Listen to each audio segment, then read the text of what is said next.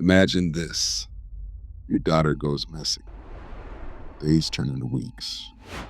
Weeks turn into months. And then, a miracle. She comes back. Except, it wasn't a miracle. It was a con. A stranger walked into a grieving home, pretending to be a missing girl, and ripped the family apart all over again. Buckle up, because this story will make you question how far desperation and deception can go. Let's rewind. A teenage girl disappears under mysterious circumstances. No calls, no sightings, no trace. The family clings to hope. Missing posters plastered on light poles. News crews running her story. Neighbors organizing search parties. Every parent's worst nightmare becomes their daily reality. The months stretch on, and reality sets in.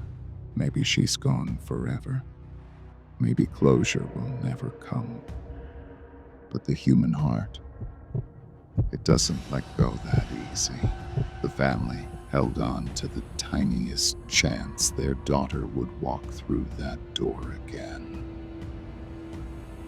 And that's when the scammer showed up. She was around the same age, similar build, a haircut that matched old photos. She claimed memory loss, trauma from being held captive. She spoke in fragments, crying, shaking, like she'd been through hell and back.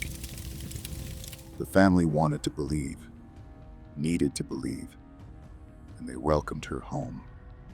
Hugs, tears, even neighbors celebrating the miracle return. The news spread, she's back. The girl who vanished was alive, or so they thought. This is where grief gets weaponized. When you're desperate for hope, you'll ignore the cracks in the story, the inconsistencies, the little details that don't add up. And she knew that. Soon she wasn't just the daughter. They gave her access to everything. She slept in the missing girl's room, wore her clothes, ate at her table. And little by little, valuables started to disappear. Jewelry, electronics, even withdrawals from the family's accounts. Her cover was airtight. She'd break down crying when questioned, reminding everyone of her trauma. And the family? They defended her, saying anyone would be different after such horror. This wasn't just theft. This was a parasite feeding off love, grief, and denial. And the longer she stayed, the deeper the hook sank. But cracks always show. One sibling noticed she couldn't remember a secret nickname they used as kids. An aunt questioned why her mannerisms felt off. And eventually, DNA testing sealed it. She wasn't their daughter. She wasn't even related. She was a stranger who had studied their lives and walked into their grief like an open door. When police moved in, the con collapsed. The girl who was supposed to bring hope only brought devastation. The family was forced to grieve twice. First for their missing child, and then for the betrayal of false hope. Imagine thinking you've gotten your miracle back, only to realize it was a lie engineered to rob you blind. The impersonator? Her motive was money, maybe a bit of attention, maybe some twisted thrill. But for the family, it didn't matter.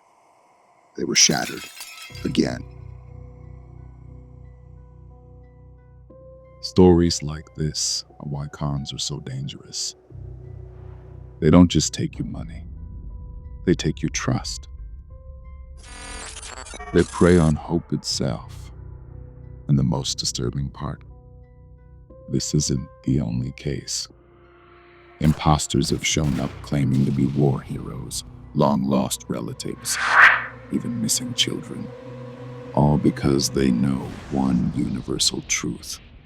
Grief makes people vulnerable. So ask yourself, if your missing loved one showed up at your door, would you question it? Or would you embrace them first and ask later? And what would that cost you? This is RWTF Moments. Subscribe for more stories that'll make you question everything.